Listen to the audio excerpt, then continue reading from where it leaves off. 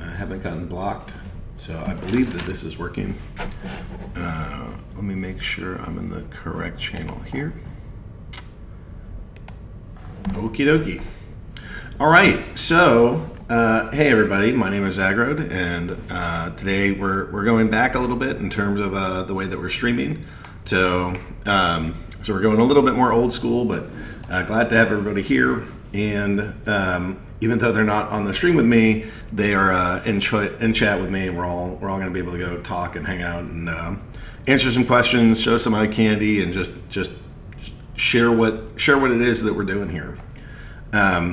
So, like I said, this is a Voice of Agrode. I'm joined by one of the other founders, Matt. It's just like he and I are the two co-founders. Matt, do you want to say hi to everybody? Hey everybody, happy Friday morning, evening, midday, whatever time it is for you. And we recently have announced a big change for you. Do you want to go kick us off and just sort of talk through that real quick? Yeah, sure. So those of you who saw the post, I am going to be moving into a new role officially, which is Chief Product Officer. And our very own Hardpoint is going to be taking over for me as CTO, which is Chief Technical Officer. We kind of mentioned in the post, but I'll also mention here that like it's a very natural change that kind of makes sense for what each of our strengths are and how we can best contribute to the organization. It doesn't mean I'm leaving the organization. It doesn't mean I'm reducing my involvement or my commitment to this. If anything, my commitment to Splinterlands has only increased over the past 3.5 years, and that's continuing. It's just that my main skill set really is more around the game design, the feature design, economy design, and all that stuff. And Hardpoint and some of the other people in the organization are actually much better suited than I am to run our technical aspects of the game, keeping servers running, allowing us to scale better, and all those things. So rather than me having to just run around and try to figure all this stuff out as best I can, which has kind of been the case, especially over the summer, and I wasn't able to focus on anything else. I wasn't able to design any new features or any of that stuff. So now I'm able to focus more on that. And we have people who are, much more experienced and much better at getting our technology, our servers, our scaling up and running. And as I think players should be able to see that that's gone much better now since when I was kind of in charge of that over the summer. And then also, I'll still be contributing to development, especially the blockchain integration pieces of it. And specifically, my main development focus has been on the SPS governance system and node and validator node software. So we can talk about that a little bit more later in the town hall. But overall, it's just, I think, a really, really good, some really good changes for the organization, and it's just going to help, everyone contribute in the best way possible to just achieve all of our goals. And I hope that everyone in the community will see that manifest going forward. Awesome. Just maybe I should have started with a super high level, just like very high level roles, assuming that people aren't used to technology companies. Can you tell me the difference, just not specific to Splinterlands, but general to technology business? What's the difference between a chief technology officer and a chief product officer? Yeah, so a chief product officer, I guess, is a less common thing, and we just kind of tried to figure out the best title we could come up with for what I'm doing. But generally, a chief technology officer is the highest level technology role in a company, and it's a lot more management focused than necessarily. And I mean, it depends from company to company, but generally, it's a lot more management focused than actually going in and building things. So chief technology officer will be hiring, building out the organization, figuring out what roles we need, who should be in those roles, making sure they have the tools and resources that they need, and at a higher level, kind of overseeing like how everything is being built and kind of taking different departments, different products, different services, and making sure it all fits together well, under how we want to run the technology for the organization. So the chief product officer, which is going to be my new role, is really it's kind of separate from the technology organization, other than the fact that the products are built by the people under the CTO, the developers, and all that stuff. So I'm going to be focusing on feature design in the game for the product. Like, the Splinterlands is our product. How should it work? What features should we have? How should they work? How does the economy work? What are the tokenomics? All that stuff. And then, and it's different than product. There's product design of like what it is and what we should be building. And then obviously Nate's team it actually designs how it looks, the interactions, the user interface, the user experience for those features. So that's separate. You definitely don't want me working on any of that stuff.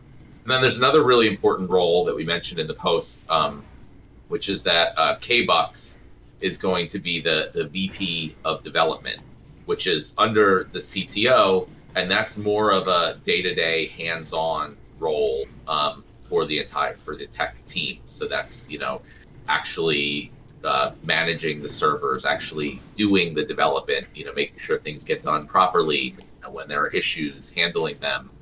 So it's more of like a hands-on role versus the CTO, which is more of a management role. But obviously, we're still a relatively small organization, and kind of everyone, just helps out with everything, whenever we can, in all different parts of the business. So that's just kind of an overview of the general ideas of the different roles. But that doesn't mean that Hardpoint's not going to be getting involved and help dealing with issues or doing development.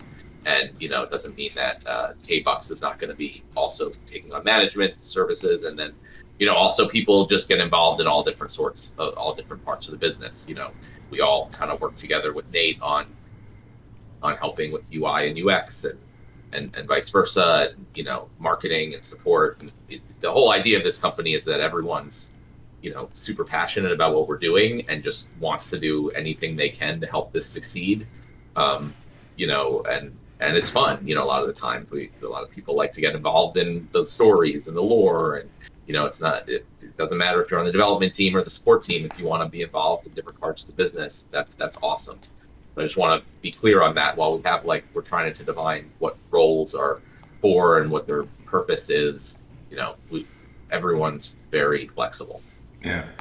I think that those are great descriptions. Product is sort of like, what should we build? CTO is sort of like, let's build a system that lets us build it. And the VP of development seems to be, hey, I will actually construct it.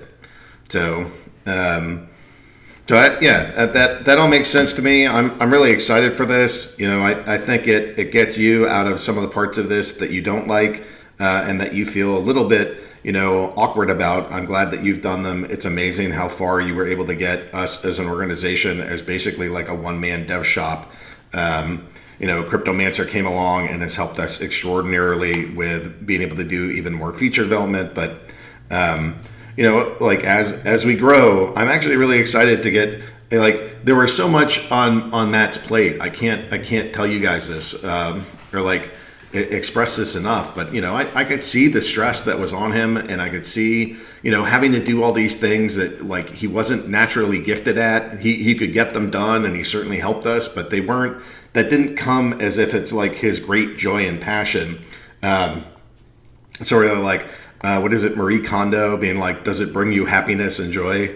It didn't. But what did is all the product design and the economy design. And so it's actually really fun to see Matt, as more of that gets lifted off his shoulders. It's been fun to see him be more excited, more passionate, more enthusiastic, and less beaten down by all the burden that he was carrying of basically doing all of the development and all of the deep product details on his own.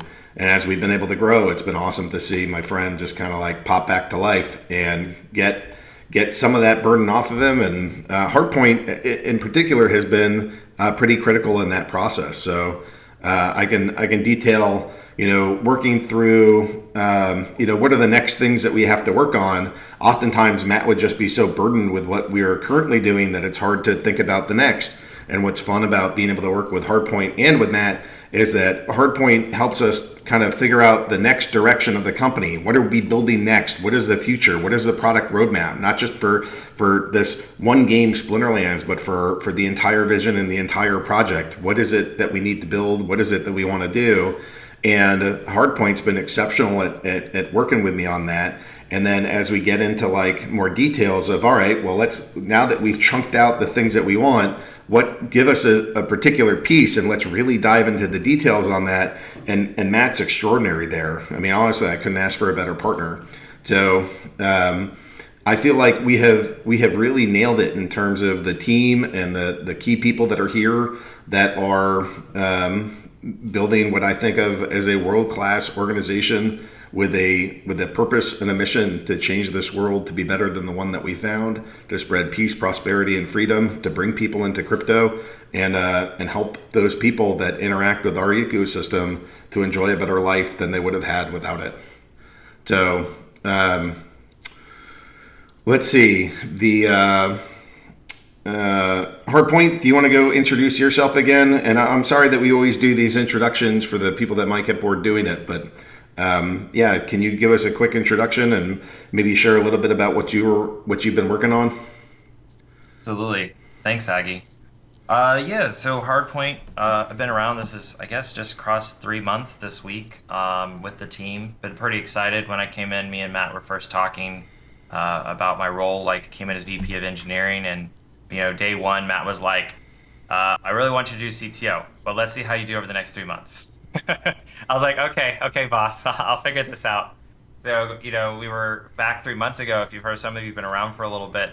You remember our servers kind of were on fire. We were struggling with the growth that we had. We had that amazing growth growing from 22,000 active daily players during the summer up to over 500,000 active daily players. So we were... And I want to add, yesterday we were number one on DApp Radar again. Yeah, so the growth has just been exceptional, and we are looking forward over the next couple of months of even more growth, especially as we start to march toward the general sale in mid-January on the 17th.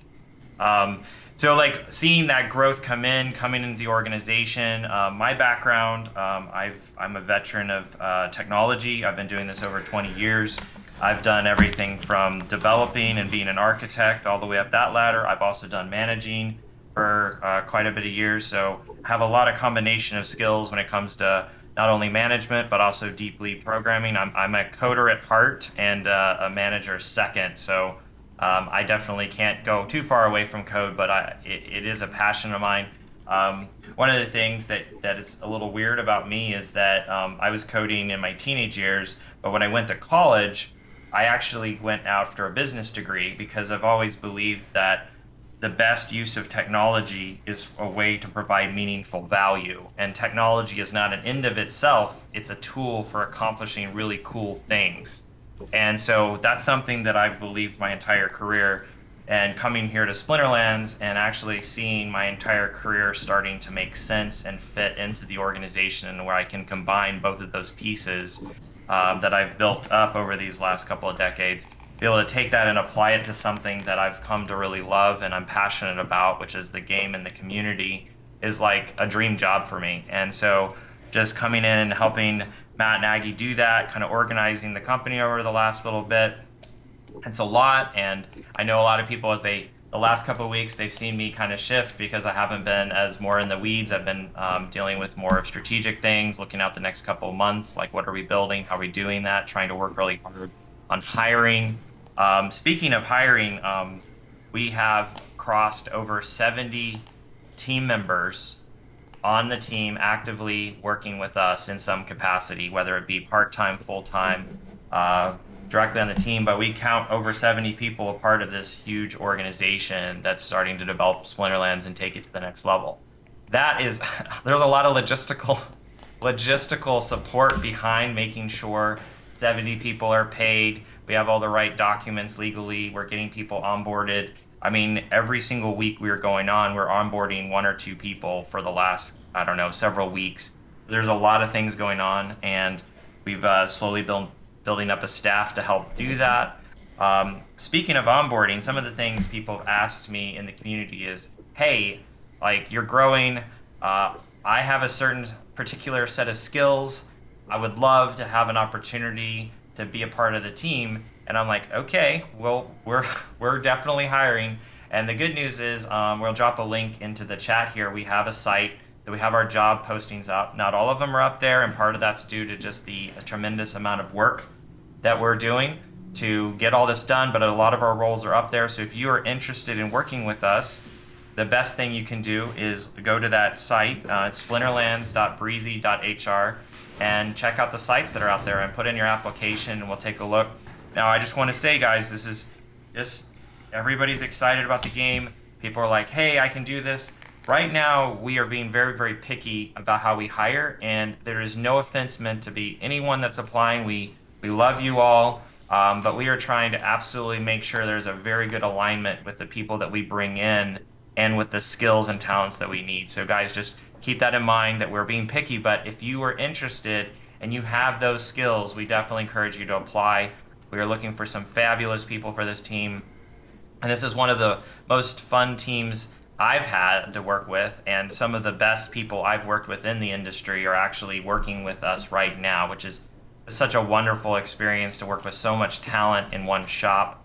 And the one thing about it that you can really see is that over the last couple of months, as things have gotten better and we've got more people in here, is that things are just starting to work. And, you know, we have a bump every now and then as we're starting to do it. But for the boast point, right, we are actively growing, the team is growing, and the processes in place that we're building and putting in place for the development process, the creative process, the product design process, the technical support of the products is just, we're taking that and we're moving the maturity level up on every single area. So there's a lot to speak here.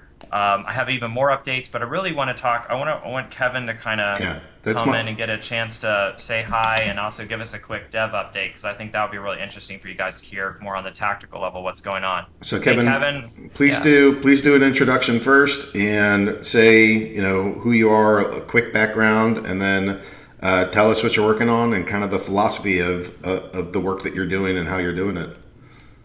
Okay, thanks guys. Thanks Aggie and Hardpoint. This is Kbux or Kevin. I've been at Splinterlands for about 2.5 months. I've been coding professionally for about 17 years. I came into Splinterlands because it's an amazing company. The stuff we're doing with blockchain, the stuff we're doing, the purposes and values that Aggie's been talking about have been huge. I dove in with Hardpoint immediately on the server fires and all that stuff that we were doing, trying to get things organized, trying to get things stable. The big focus now is around how we scale and how we organize and making sure we can deliver value to our players and community every day.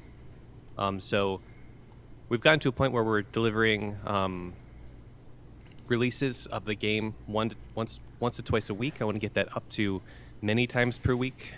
We want to be able to deliver both bigger projects like Land, like Modern and Wild, but also all the small bug fixes and all the small requests that people have coming in from feedback from our support team. And we're developing processes and ways to get that value out to our players.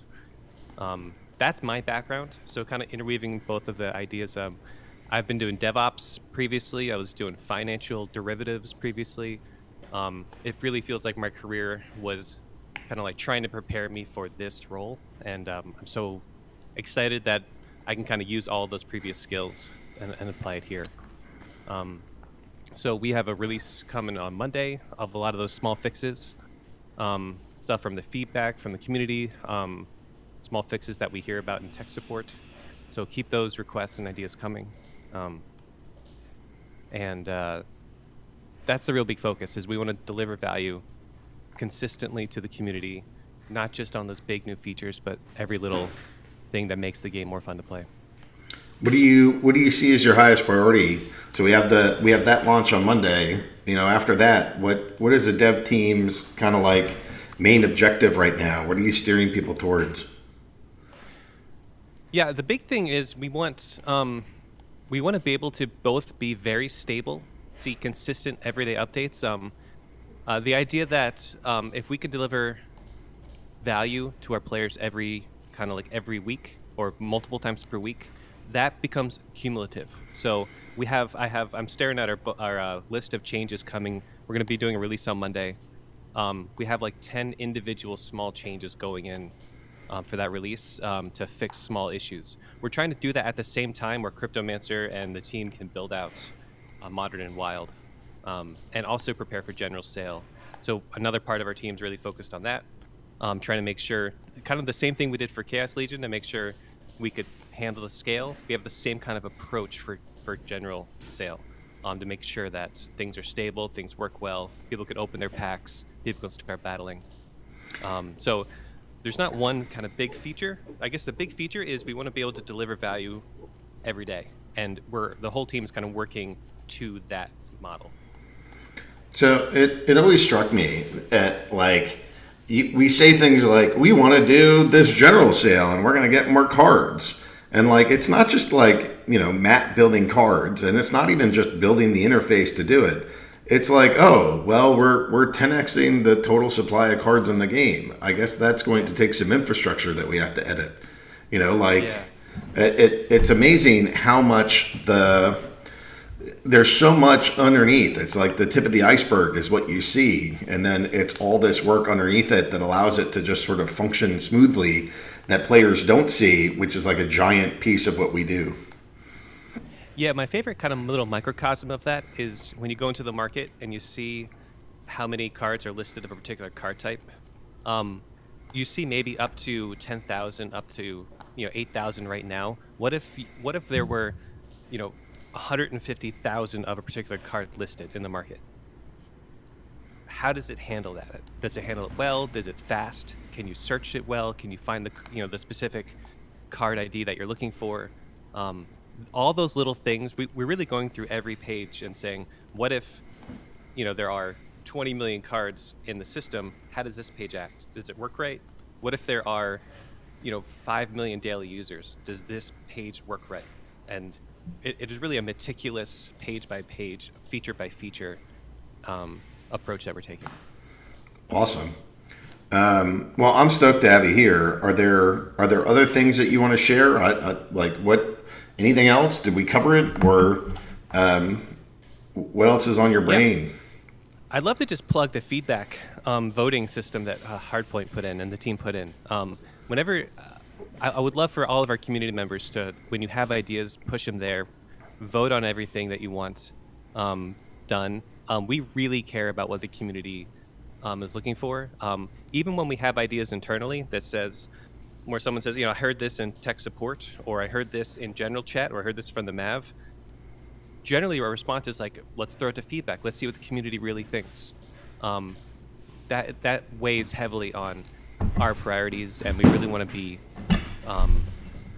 paying attention to that and making that really help drive where we're going.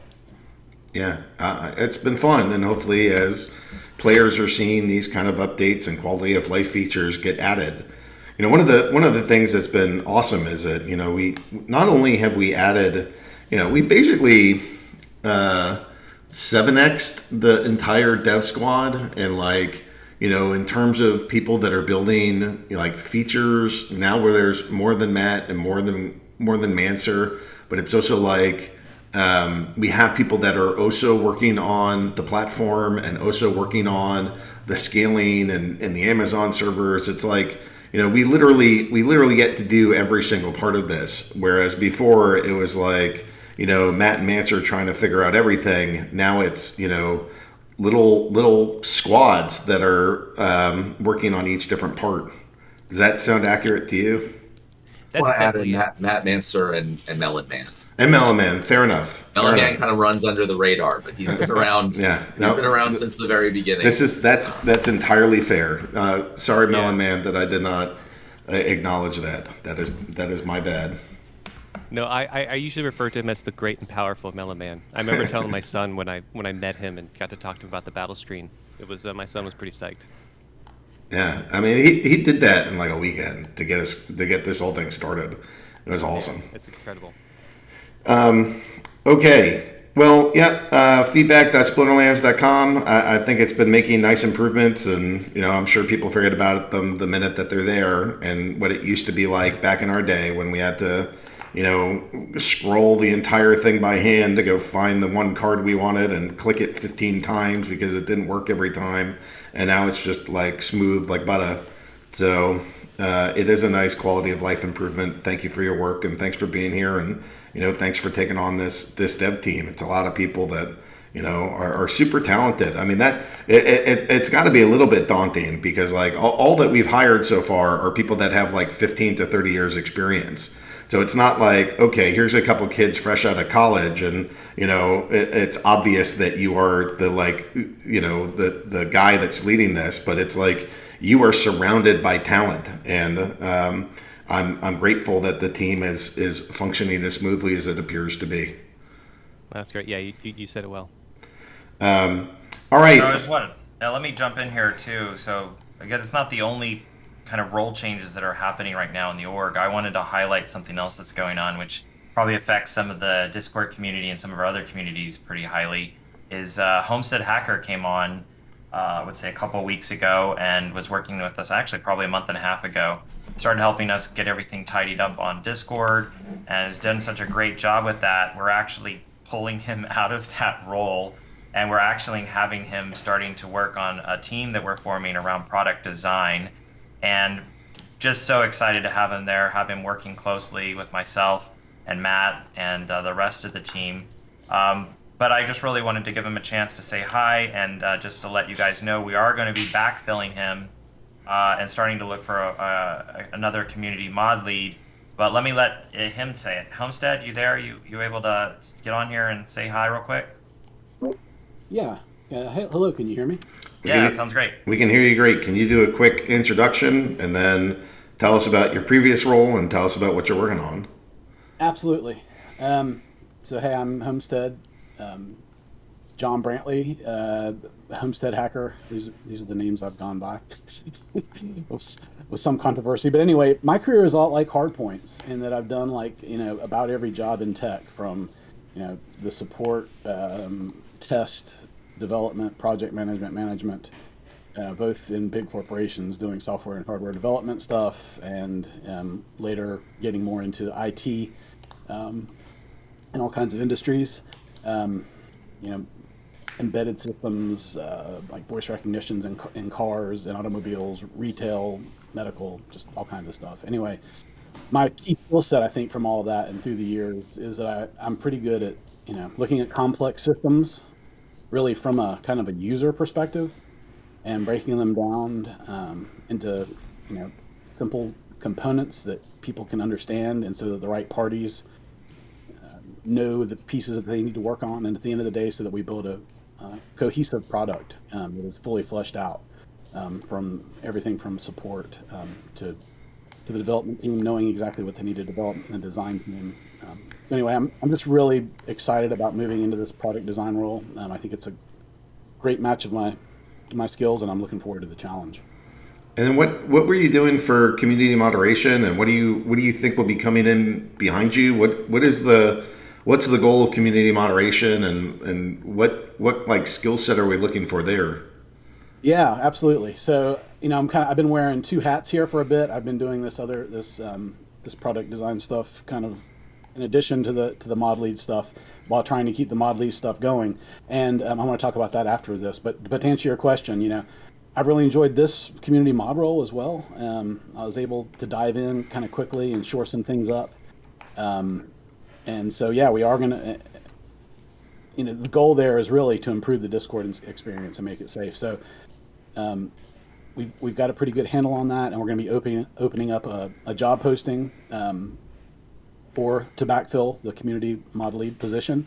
Now, most of you probably think, you see that role manifest itself here on Discord, doing mod, leading the mod team, putting policy, But there's a lot more to this role. It's also working with other teams to enable content distribution and digital engagement, and really brand presence and trust in all of our communities. We have Discord is the biggest kind of, I guess, the biggest part of that for our community. But we have other, we have social, we have Telegram, we have other things coming. So this role will be, at the end of the day, it's a liaison between Splinterlands and its customers. But this person that comes in to backfill this is going to need to immediately hit the ground running on. Need to really know Discord well, have moderated some communities in the past. Understands security. Understands discipline in kind of the Hippocratic oath of doing no harm. And keeping it running smoothly. So look for a job posting on that soon. That's kind of some of the stuff we're looking for. And I do have some updates on the stuff we have been working on. So I don't know if we want me to move into that now, but that's kind of an answer to your question about what we're looking for. Let's save that for another week or two. Sure. Not everything is out yet. Well, that's sort of like some 2022 stuff to go set the tone for next year. But right now we're still focused just like entirely on Modern and Wild, getting that out and finishing all parts of the release of Chaos Legion. So let's do that for now. Chatter, are you there? I'd like to hear from marketing. I know everybody is wondering, what are we doing? How are we growing? Like what partnerships are we making? And I'm hoping you can give us an update to one, again, everybody's got to introduce themselves, and two, just sort of walk us through like what's the vision, what's the direction, and what are we actually working on? Yeah, absolutely. So from the marketing side, and for those who don't know me, I'm Chatter. I'm the kind of director of marketing over at Splinterlands here. Lots of stuff going on. For those who kind of tuned in last week, you guys got kind of the long spiel about it all. But on our side right now, kind of working on exchanges. We're getting kicked off on a whole bunch of different ad platforms right now. We're looking at kind of Brave, CoinGecko, CoinMarketCap for the crypto side of things, and then looking at kind of like the... Hold on. Yep. So the CoinMarketCap one is a little bit different than what everybody might expect. It's not just ads. There's like a different section or something. Why don't you... Can you explain that? Because I actually think it's cool enough that we should not just glance over that, but that's freaking awesome. Let's go talk about it. Absolutely, yeah. So what they're doing actually is running a kind of new alpha ways of listing different platforms on their website and kind of advertising them. So thankfully, they actually kind of reached out, and we were handpicked as one of the kind of like 20 or so companies that are engaging in that alpha of kind of all their different listings that they have on their site right now. But essentially, that's going to be broken down into what is two different sections. One of them is going to be almost like a Twitter feed on the different token listing pages on the website. So that will just be in the kind of the bottom right-hand corner. We'll be able to essentially contribute to what is almost like a live feed of kind of small little updates. And then the other side of things is more towards what you'd see kind of on medium.com or like Yahoo Finance or any of those kind of bigger listing companies where it's more long form articles. They'll have that at kind of bottom of the page on coin listing pages, and I believe their discovery pages.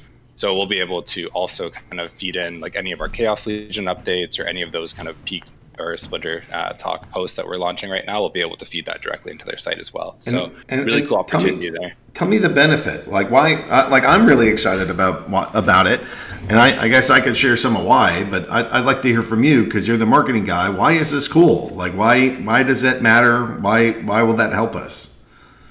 Yeah, absolutely. I mean, it's another way of essentially promoting kind of organic brand exposure across what is going to be millions and millions of kind of monthly sessions of traffic. And to be kind of clear here, it's not just going to be on our token listing page. It's going to be across kind of multiple different token listing pages. And because we're actually going to be the very first company to kick off this alpha test, which is going to be, I believe, next Tuesday on December 21st is when it's going to be going live. So kind of look for our articles to be posted probably in the next day or two following that. Yeah, it's super cool. It's going to be millions and millions of eyes on it. It's going to be great brand exposure for us. And then as we kick off kind of all of our other ads as well, it's going to help us really develop this entire kind of marketing funnel for us. So as kind of new users are seeing us and getting some brand exposure, we can then kind of start doing other marketing plays towards that, whether it's kind of hitting them with some more ads and just saying, hey, like, here's Splinterlands, here's our game, come check it out kind of thing. Or whether it's really engaging in more kind of partnerships or other opportunities there. Yeah. Okay. So thanks for going into that. I think it's game changing for us. You know, CMC is literally one of the most popular websites in the world, not just for crypto, but just like for the freaking world. So to get kind of featured on there and be one of the first companies in this kind of like cool spot, which is, it basically feels like crypto meets Yahoo Finance. I mean, like this is, it's awesome to be featured as one of the first companies. And like, I think that some of us being able to flex, like we're like yesterday, we were the number one DApp on DApp Radar. So when CMC needs to figure out, well, who should we talk to first and who do we get this going with? Like you pick Splinterlands because we're the number one DApp on DApp Radar. So pretty excited. I think this is part of what is going to open up more possibilities for us, more players, and freaking awesome. All right. Well, other than that, I know that there's more. Yeah, it's like, but wait, there's more. What else is going on here? Absolutely. All right, opening door number 2. Yeah, so other things going on right now. We're kind of starting to plan Splinterfest. I know a lot of the community has been talking about it, and there's been a lot of demand for it. So believe me when I say we read almost every single comment that comes through in the town halls and all of the kind of other Discord channels and all of our socials, so on and so forth. The Splinterfest is likely going to be in either Q2 or Q3 in 2022. Location still TBD right now. We're discussing if we want to do one, if we want to do maybe an East Coast or a West Coast, and do kind of 2 next year. A lot more details to come on that. Beth, who is working kind of on the marketing team as well, one of our newer hires, has been doing an amazing job kind of starting to organize all of that. So as we figure out more details, I'll make sure everyone's kind of looped in on that side. And then kind of more opportunities on marketing. We're looking into doing a lot more trade shows and conventions, just again, speaking to kind of a lot more partners, a lot more of investors and everything else to bring people into the game and help brand exposure there. We're working with partnerships. I think the next one to be coming out is actually going to be with like an A-list rapper. So kind of look out for what that dual utility NFT is going to be. There's going to be both utility kind of within Splinterlands as well as kind of when you hold the NFT kind of outside your wallet as well. So really cool stuff that we're doing on the marketing team. Really just trying to get kind of everything across the line. But as January and February kind of come around, there's going to be a whole slew of updates coming from us. And then, of course, the tournaments right now. So we're going to be working with Zen Sports to do actually 2 different tournaments. One is going to be a one-off tournament, which is going to be likely kind of end of January. That's going to be probably a smaller prize pool, only Chaos Legion cards. Still trying to figure out kind of entries and restrictions for that, but would like to keep that pretty open-ended for everyone to kind of join if they can.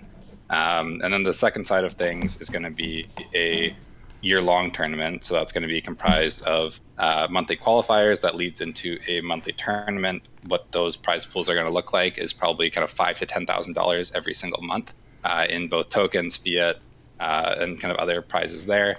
And then with the results for every single one of those monthly tournaments, it's going to work as a ladder system that's going to work towards a end of year tournament in which there's going to be a $50,000 plus prize pool for that very last tournament that's going to be happening in December of 2022. So look out for that. Zen Sports has been awesome to work out with. And then we're going to be announcing kind of more things regarding that. I think early January is when we're planning to kind of fully have that fleshed out and announced. So lots of things coming down the pipe here, guys. We're definitely hearing your comments. If there's anything else that you guys want to kind of see done on the marketing side of things, or any events that you want to see happen, please feel free to reach out to me directly.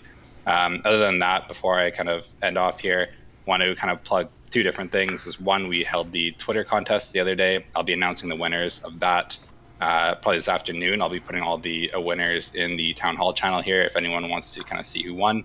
And then secondly, we are also working with one of our community members to run a fun little song contest for everyone. So one of our community members kind of remocked the lyrics to Winter Wonderland. So if anyone wants to go in, check out those lyrics and submit a video of you guys singing or rocking out to that new song, please feel free to. I'll drop a link in the town hall and all of our socials shortly. Walking in a splinter wonderland. I can see it. All right. All right. Is Nate here with us this morning? I haven't been able to check. Nate, you there? I'm here. All Can you right. hear me? Yeah, I can hear you great. And actually, if there's anybody else from the company that wants to come on, I probably need to go back to Matt. And I try to save him a little bit for the end here. But if there's other Splinterlands guys that want to come on, please just put a 1 into the town hall chat so I know to plan to bring you on. If there's other devs that want to talk or other creatives that we haven't heard from, that would be great. But Nate, I'm glad that you're here. Do you want to go tell us some of what you're working on? Maybe you even have a little eye candy. Maybe you could tell us some about the stories that have been coming out and they're just awesome.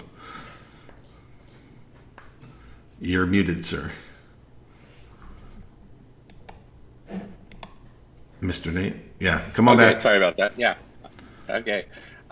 Yeah, just to hop on some of the stuff that was discussed previously. Hardpoint mentioned how a lot of our player base has submitted applications for some of the job listings, and I'm going to continue to add more job listings to the board. There's a lot more that needs to be added there. But when we get applications, just keep in mind, we're looking at really top tier experience with either in the gaming industry or at least on the creative side. We got a lot going on, and there's a fierce competition, and our standards are pretty high. But don't let that deter you. Please continue to add more and more submissions and applications, because we still do look at those, and we will try to fit you in if we can, particularly if you're a player of the game and part of the community. We want to do our best to make room as we can. It just may not happen right now, but as spots become available for that. For other stuff, I would say that let me think, what else was discussed? The feedback, great. We are fleshing out and creating a larger UX UI team that will hopefully be able to address all of those things in the feedback effectively, and polish things up even more than ever. So there's that, and we're pretty excited about that. Case in point, let me see if I can find something related to that. Oh, Nate's going to leave us all in just a little bit of a little. Here we go. So here's something. I still have to hand it off to the devs, but this is kind of a recent submission by one of the UI guys, and at the same time, it was a little bit delayed creating this enhanced UI because we wanted some background art, which I'll share with you as well. So this is I think this is the buy SPS screen, and what's cool is it opened up some cool opportunity to create some cool concept art, which I think we have another Matt on the team. He's in Poland, not Yaba, but he created this really awesome background art displaying a battle mage holding SPS shard, and it's a little more clear, easier to see when not covered up with all that UI. But yeah, I saw that and I was like, oh yeah, that's right on, because that's really going to emphasize. You'll notice the little battle mage teeth on her arm. It really emphasizes the fact that, once again, I bring this up now and then. The players, the closer we get to the land expansion, the closer we get to other updates in the game, it's going to become more and more apparent that you have a role to play within the Splinterlands. You're not just sitting back playing a card game. We're gonna, you are a battle mage, and you're gonna feel like that more and more as updates are made to the game. Let's see, what else can I share? Oh, well, here, before I share that, let's see. Since I shared a wallpaper, I got a couple more. Some of you guys have seen these images already, but not in a wallpaper format. So if you like seeing these images on the game or elsewhere, then take a look at this is Battle Mage.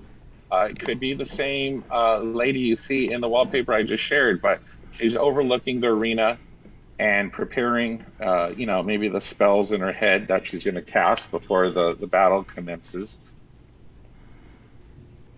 And just to show the effect that Chaos Legion has had upon the world as they conquer the world one kingdom at a time, starting from Praetoria and working their way outwards to the other continents, you're going to find that what they do is they subjugate the population, and they kind of, just like they do with the elements and just like they do with everything else that comes in contact with them, they twist and warp what was good and wonderful and turn it into something that is, I guess the best word for it would be oppressive. And so when this wallpaper was conceptualized, when it had that oppressive theme in mind. So here is, and for those of you who haven't seen it yet, on the page right now for the card packs, you can click on the story button, and you'll see some of this artwork on there. That's dark. That's grittier. I like it. All right, and then let's see. Oh, here's a. Sometimes I'll throw an animation at you guys just to give you the progress of what's happening, and this is one of my favorite new Chaos Legion characters. Is the Death Element Zijin. Nice. And he's seen on our homepage. Nice. So here he is in attack mode, and he attacks. He is a magic attack, but we thought that based upon the nature of who he is, it might be cool if he attacked with his fist, almost like he's punching, but this raw death-like magic emanates from his fist and kind of comes at you. So let's see. Let's take a look at this guy. Nice. Oh, that's nice. Yeah. Nate, do we have like a folder that people are always asking us for, like backgrounds and stuff? Do we have a folder that we share with the public that they can just go, where we have all these piled in there? They can just download, because I know I'm one of those people that just constantly tries to download all of these things and put it into something for my backgrounds. Do we have anything we can share with them? Yeah, definitely. I will. I don't know if someone has it. Great. If they don't, then I will find it momentarily and share it in the chat. Yeah, but, it's fine. But just before the end of the stream, if you don't mind, if you have that, that'd be awesome. I know a lot of people would love that. Okay. Solmy has a nice idea. Would love to see some Twitch overlays for Splinterlands.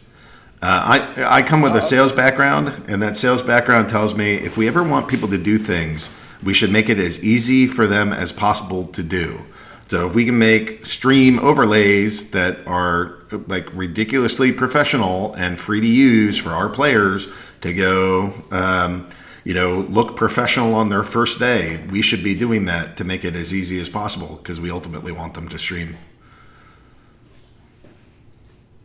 All right. Yeah, for sure. I would say that I know just the person to tap for that on the creative side. So you guys can expect to start seeing some resources made available. We'll create a kit to kind of help influencers and streamers and people to kind of get a jump start on celebrating the Splinterlands ecosystem and community and game. So no, that's a great idea. Okay, so here, let's do this. I'm going to end it with this cool. Actually, I got a little bit of concept art, so maybe I should have done that first before showing the polished stuff. But you know what? The concept art is pretty freaking cool. Like, even at the concept stage, as we conceptualize, what should we do here? We have such talented artists that it's hard not to look at the concept art and say, man, that already looks cool. I can't imagine what it's going to evolve into. So I know that Yaba has talked a little bit about the governance and the infrastructure there, and the kind of like the nodes and validator Oracle stuff. And just keep in mind, in parallel, while that is being conceptualized and figured out, and the developers are kind of like going, let's see, how are we going to do this? The Kratos side is kind of looking at possibilities. How do we explain this and bring it into the Splinterlands world? Because ideally, that's what we would do. Is there was some kind of lore based reasoning, not just to provide a backdrop for the documentation page that we provide for people who want to download the client software and stuff, or the shop pages and that kind of stuff, but just really dig our teeth into it. So here is a little bit of the concept art that we do when we try to figure out stuff like that and how we would bring that explanation into the fantasy genre. So here is a little bit of concept art that we've been working on for that. I'm not going to explain a lot about that. In fact, some of this concept art has already been finalized and gone through the entire steps through colorization and the final lines and brush strokes, and it's all done. But I figured, we'll share a little bit, little by little, and I think it's cool to see the concept art. Speaking of concept, I want to know what that says. I want to know what the runes mean. Do you know? I'll share that little by little. The narrative team, in fact, the concept artist and the narrative team are both working on like I think I mentioned this in a previous town hall. Their own language. On a system, a rune system where we don't just throw up stuff that looks cool, but there's meaning behind it, and there's cool Easter eggs for people who are observant and really dig into our lore. I want to start, if not in marketing type giveaways, in some way, make it prove beneficial for all you guys out there to become three Splinterlands geeks and really, if you go to a Comic-Con or something, you have all these people speaking Klingon and Dothraki and all this stuff, and I'd love us to get to the point where people are speaking Splinterlands languages and understanding what runes mean. That would be so cool. So and we're trying to strive to make it so that people can do that. So we'll get there, and I'll share as the work on that progresses. And then what I'm going to finally end with, I'm pretty excited about this, and I have to give hats off to you. I think this was Hardpoint's idea. It was like, let's take the team and give them artwork fantasy type profiles, maybe with digital business cards or physical business cards. So we were starting off with the leadership team, and the first person to submit his face was Chatter, was Liam. So I do have some concept art. I'm so excited about seeing this. I want to know if he has a beard or not. Yes. Yeah. So okay. I was given this yesterday, and I was like, oh, this looks so cool. I'm jealous because in D&D I always play a rogue or thief-like character, and that's what he had asked for his fantasy theme. So here it is, Chatter, marketing guru in all his glory.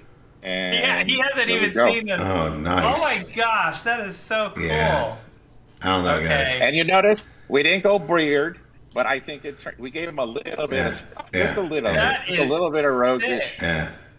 I mean, honestly, sick. I can't believe that's not just a character in our game, but that looks awesome. I think it needs to be a character in the game, Nate. That just looks too cool now. Yeah.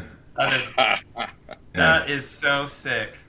Nate, congratulations, guys. The creative team here, can I just say this? Every time I see what the creative team produces here, it just blows me away. I have all these backdrops when I'm on video calls just showing off our art, and everybody that's outside of the company that doesn't know us, they're always like, wow, like that's just beautiful. And I'm like, yeah, like I got to show it off. It's so cool. Yeah, that thing's for amazing. Sure. And I'm really pleased. In fact, this concept art was created by a new hire. I asked him yesterday, what's your player name or Discord? It's HTT, but his name's Tyler. And when I was interviewing him, we were going through his portfolio. What really popped out at me was a self-portrait he did. And it was so polished and so amazingly cool. I was like, you know what? That right there is enough for me to say, let's get you on board, because I got an entire team. Yeah, we got 70. I'm gonna keep you pretty busy. Nice work. That was great. Now make 69 more, please. Yeah. Oh, can I just say that was, when we were talking about it, about being on the Splinterlands team, where the idea really came from back, we talked about this back in September when I first got hired because I saw Matt's card. So this, Nate, actually was just or whoever came up with that card art, I don't know how many years ago. It was just, I saw that and I was like, being part of the team is more than just doing a job. It's more than just making money. It's more than, we want it to mean something cool. Like, this is a gaming company, first and foremost. We're trying to like have something cool that shines, that's like, hey guys, we're something different in the industry. And these cards are one of that small little way that we show off that way. So I just want you guys to know that. That's one of the things we think is so cool. Chatter the Beardless is kind of like a reference in chat. Oh, God. Man, I'm telling you, I love this company. I love these people. And when I pull out my card and people look at it, they will like stare at it slack-jawed. It'll take them a second to even register what it is. And then when they get what it is, they're like, oh crap, that's cool. And like, not just us, but I've shown gaming companies this, and their executives are like, what have we been doing our whole lives? it's like an existential moment. And all I can think is like, we are cooler than you. I know that's shallow. I don't care. Like, we mint millionaires and we have the coolest business cards. We are just awesome dudes, and we make the best games, and we turn people, like, we change lives. And there aren't a lot of gaming companies that can say that. And we're one of the biggest ones in the world.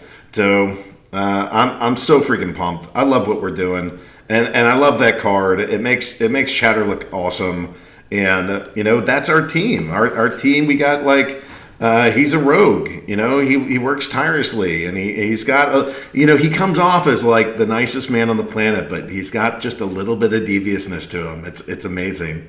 And I just want to be able to go showcase that, who we are, and not just have it be, hello, I'm Dr. Blair Jesse Ellen Reich. I am here as the Chief Executive Officer. No, dude, we're freaking wizards, and we're out here like making something absolutely phenomenal, and it's such a pleasure and it's such a joy to be part of this. Okay. Other things that you want to share, Nate? Is that the glorious end of Chatter the Beardless? Yeah, I saved him for the finale there. I thought that was pretty cool. Chatter, we can definitely give you something better than Chatter the Beardless, but for now, I'll take it up. For now, it's awesome. For now, it's awesome. That's just like, the card is just so cool. I mean, I've looked at 100 different D&D books, and that character easily could have its place in any lore book anywhere in any of the D&D realm of characters. So that's awesome. Yeah, we can do the Fearless. Chatter the Fearless. It has just a little bit of that fear, whatever. But yeah, awesome, dude. So proud, so grateful that you're here, and just like, this team is freaking killing it. Now, I want to go back to Matt, and actually, if there's any other Splinterlands folks that want to come on air, I'm happy to have you. Just put a 1 in the chat. But if you guys can, Matt, I want to go turn this back over to you for a bit, because I know that there's a little bit more that you want to talk about. So, walk us through it. I mean, I was thinking, we might just get into questions. I don't have a ton of time, and I do want to try to answer as many questions as possible. I mean, so there's not really any new updates as far as Modern Wild format, as far as the SPS validator nodes, and as far as land. Those, though, if you're interested in hearing more about those, I'd say listen to some of the previous town hall recordings. They're still in progress. So if everyone's kind of cool with that, we can jump right into questions. Yeah, let's do it. All right, so we're going to go pull this up. Thank you, Liberty Lass, for pulling these together. It looks like we just have 3 pages of questions, so that's not too bad. And then that should leave us time to go answer just user questions. I should have started with the agenda for these, where the town hall begins, where we, as developers in the game, kind of give some general updates from the team and what we like to talk about. Then we'll go answer questions that have been left for us the previous week in the AMA channels. And then if there's time remaining, we'll go answer brand new questions from the audience live. And so my request is, because there are 3 pages and because there are, at least 100 people in here that have questions, that we try not to linger too long on any particular question, that we just kind of power through these somewhat. So without further ado, Liberty Lass is great about kind of breaking these into different types of questions. So the first set, there's only one in it, but it's a development question. Can you reveal the tech specs needed for the oracles, which I think he's referring to your validator nodes, Matt? Is this going to be a sign up for beta testing, or is there going to be? I don't know what the tech specs are, but we're trying to keep them as minimal as possible. You're not going to need some like ridiculous server, but we don't have the exact details ready. And I just say, like, when it's ready for testing, I was hoping it would be by the end of the year. It's probably going to end up into January, but we will have a post. We'll put it in official updates with all the information, and anyone who is interested will be able to take part. Awesome. So these are some suggestions and requests. Many of these I'm going to go punch out to feedback.splinterlands.com, but I do want to be able to go address some of these. Could you add more DEC burn methods? How about additional purchasable in-game items like profile image, background image, skins, and etc.? Matt? Yeah, I mean, there's all sorts of things that we have planned to be able to be purchased with dark energy crystals, including a lot of the things you mentioned, profile images, all that stuff, skins, and again, it's always been a matter of priorities and resources. And, as we start ramping up the development teams even more, and as Hardpoint and Kbux are organizing them, our top priorities have to be things like land, SPS validators, modern wild format, all that stuff. But we hope to have additional teams of developers working on all the other things. There is such a big list of other things that we want to put in, which includes a lot of things to be able to be purchased that would burn dark energy crystals. All right. Could a text box be added to this pop-up to show the minimum earnings in a battle at each league? Example, if I win a battle in gold 3, 2, or 1 with no guild, alpha promos, or gold foil cards, what would my earnings be? Not super important right now, but would be very useful with the advent of Modern to compare relative earnings across ladders when deciding which one to climb. Yeah, that is included in the next question also. So we can't show a minimum earnings for leagues because it's very variable and it depends on a lot of factors. So it depends on the market price of dark energy crystals, how many dark energy crystals get put in the reward pool, and then it also depends on the amount of battles and each battle, like based on the player's ratings and all the other bonuses, gets a certain amount of reward shares. That is used in conjunction with the size of the reward pool to calculate the amount of DEC. So there's not like any minimum amount that we could put down, because, like, for example, 6 months ago, the amount you earned was a lot less because the dark energy crystal price was a lot less than it is now, and in the future it could go up, it could go down, we don't know. So there's no way we can have a minimum. It's all based on all those factors. I mean, I think it might be good to add some more information into the site to explain how that works. So that might be something to consider. Yeah, I'd love to see this as a broader picture of, we need a rewards page that explains all the different rewards in the game and how we're doing with them. So maybe I'll go add that to feedback, or maybe I'll use my undue influence in the company to go push that. But whether it's that specific data or just generally speaking, I think we're a play to earn game. So what you can earn, I think we need to display more prominently. But obviously just getting Chaos Legion out is like by far more important. So even I'll tell you, like, sometimes people will tell the audience, like, hey, that's just not the priority now. Like I get told that too. All right, can we please get this release schedule updated once a quarter? And actually, I guess that's a broader question for, I think, mostly Hardpoint. Hardpoint, we need, I think we've gotten enough of our product roadmap done specifically for Splinterlands that we should figure out ways to display it. Is that your consensus as well? Do you feel? Yeah, so what the goal is with that is we're still organizing internally and starting to build out kind of like how we're we're thinking about it, the flow of it. So we haven't really published it because it's been still organically changing. I think we are, as you said, we're starting to solidify on what we think we can get done. And I think I would love for people to kind of see what we're thinking at any given point and us to try to keep that more updated. And the idea would be is that we just give it the huge star next to it, is that priorities change, requirements change, all of that kind of stuff. And if we do, then we can be more open with it. Whereas if people are going to be super frustrated with us that this is not hit on a specific date, we don't want to create that kind of perception. But we do love to communicate and try to tell you guys, hey, this is what we're thinking. So I am 100% on board with this. I want it to look pretty, be nice, be out there, easy for us to keep up to date, and you'll see more in Q1. I think that's really what my hope is early Q1 you'll start seeing something show up from us. Specifically, that question was about the SPS release schedule. So yeah, I think we should have one that's good for Splinterlands in general. For the SPS one, yes, absolutely should be updated somewhat regularly, and we'll get an update out to that with the current state of affairs, shortly. And ideally, I'd love to see that as like a website, like roadmap.splinterlands.com. And that way, anybody that ever wants to see our roadmap, they don't need to go ask us or yell at us or tell us when this, when that, and then I would imagine whether it's weekly or monthly, we are updating that. And, I know everybody wants us to be held to like certain dates. I think we give ranges. If we fall back on a certain range, that's fine. We just need to go communicate it.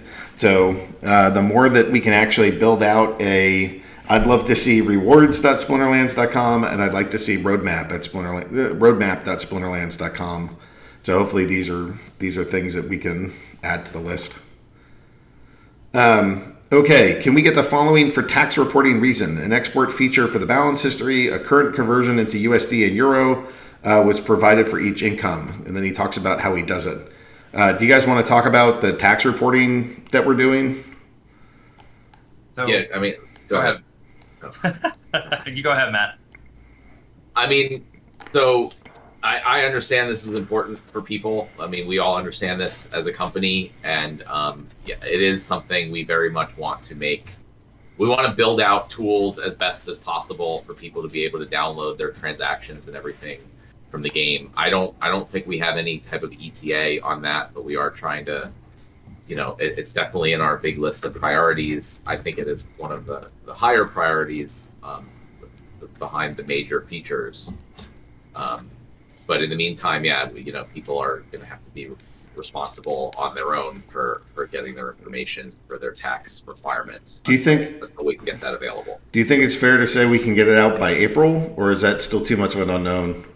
So, if I may jump in here, just so everybody knows, I know this question gets asked every single week, and kind of like what Matt just said is that we can't officially say we're definitely going to get it out, but I will tell you this feature is on my mind every week. And when I shift and look at the strategy and the people on deck, it is one of the projects that I'm trying to figure out how to get it in, how to make it happen, and what we can do to get this in people's hands. And definitely, Aggie, that the April timeframe for people to do taxes in the U.S., and I know other countries will need things like this too.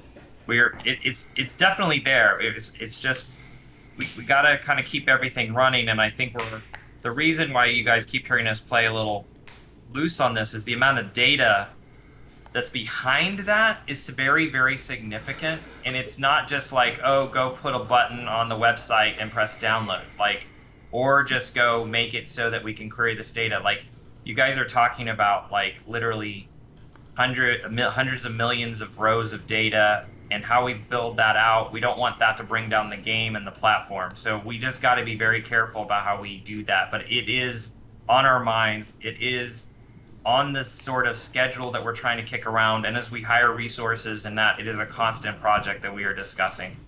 All right, we have level 1 through 10 cards that we can combine. It might be nice to have a card enchant option where you can get a +1 stat for SPS. It will burn SPS and give it more utility, and for each level of the card, it will cost more SPS to enchant it.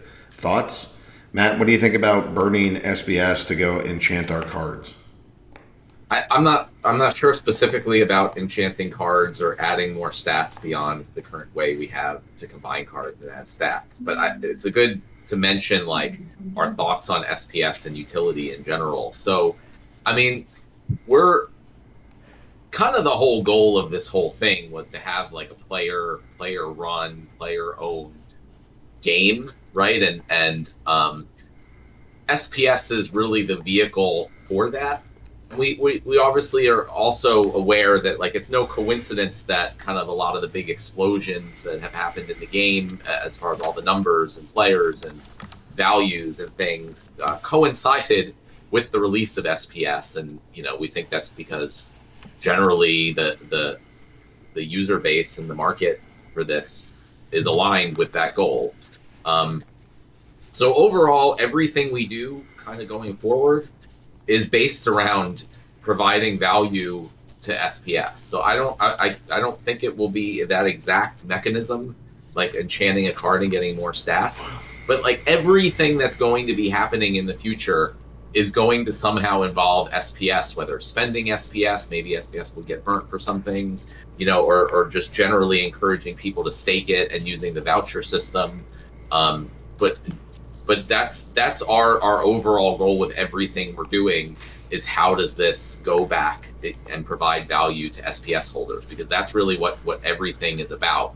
Is SPS is the governance token for Splinterlands, which means that everything that happens in Splinterlands, everything if Splinterlands does well, if the assets do well, it should always benefit SPS holders in every way. So that's just a high level of how we think about SPS without specifics of exactly how that's going to manifest in the game. Is there an ETA for the rental bug where a bug user can rent a card, then cancel the contract, and when the 24 hours are over, he can snipe the same card for the same price? I don't have an ETA, but Kevin and I were talking about that specifically yesterday. We have a lot of changes that we'd like to make to the rental system, like quality of life changes and things. But since that's like a high importance bug that is causing actual problems for people, I'm going to leave it up to Kevin on when and how that exactly is fixed. But I know that's a high priority. Okay. Economy question: when a user converts their SPS or dark energy credits into credits, or dark energy crystals into credits, what happens to those tokens?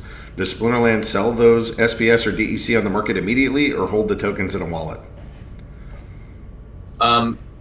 Yeah, I guess all these questions, or a bunch of them, seem to be about dark energy crystals and how the economy works. So maybe I'll just talk about that and we'll knock out a bunch of these. But very specifically, anytime anything is used to purchase credits, that's income for Splinterlands, the company, and that's our tokens. They're not burned or anything like that, that we have available to use to, hire developers, pay for server costs, or whatever we need to do to run the business. That being said, we don't, and we haven't. I mean, there may be, I don't want to say 100%. It's like never happened, but in general, like we don't sell SPS or dark energy crystals. We don't want to be providing sell pressure on the markets. I mean, if we need funds for things, we have, fiat purchases, and we have purchases with other cryptocurrencies that we would use. So, we've kind of just been stockpiling SPS and dark energy crystals from those sales, and we don't, if we never have to sell them, that would be the best outcome. We'll just, and we could potentially even use them for additional promotions or whatever, or we could just have a big stockpile hoard of these tokens. I want to see liquidity pools. We do liquidity pools. That's important.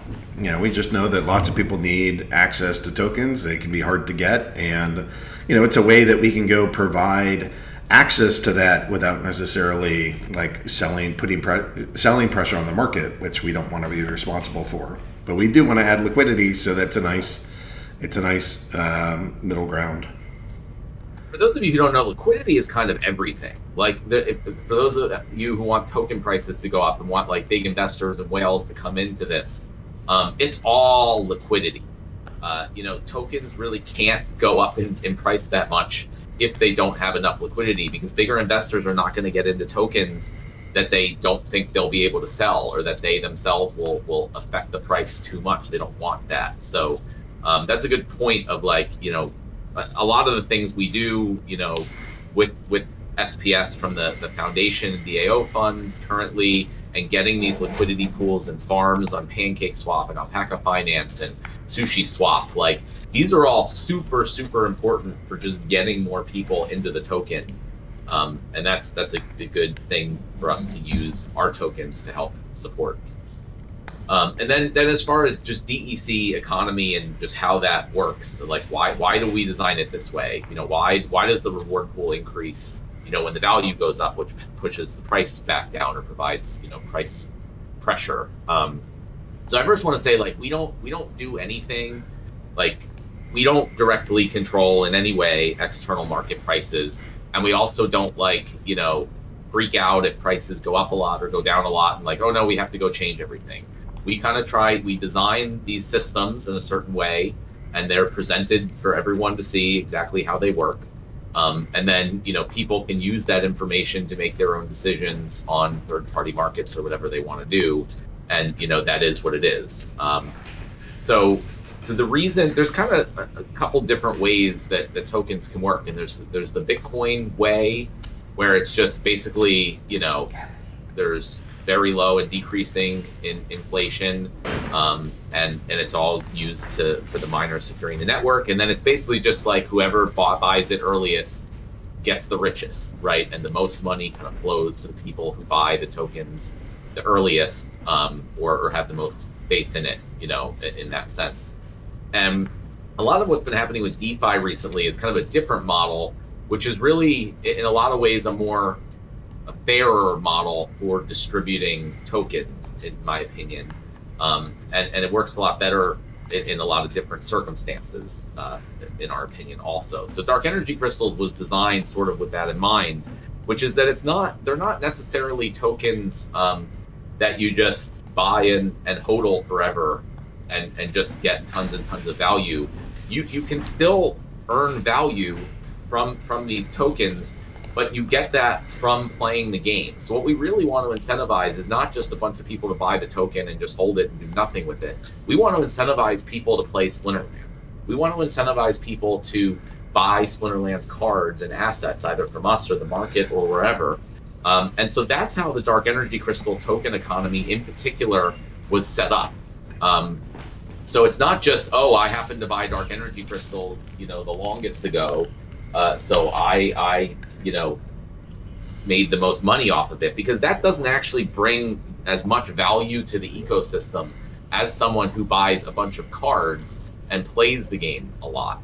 So that's why the value for Dark Energy Crystals goes to players who play via the reward pool, and obviously the more cards and collection power and other things that you have, the more you'll get from that. So the whole economy design from Dark Energy Crystals is focused around that. It's rewarding players, it's rewarding asset holders, not just, you know, whoever happened to buy Dark Energy Crystals first. So the question is then, okay, well, you know, why isn't everyone just going to be dumping Dark Energy Crystals, and why isn't the price just going to, you know, tank to zero?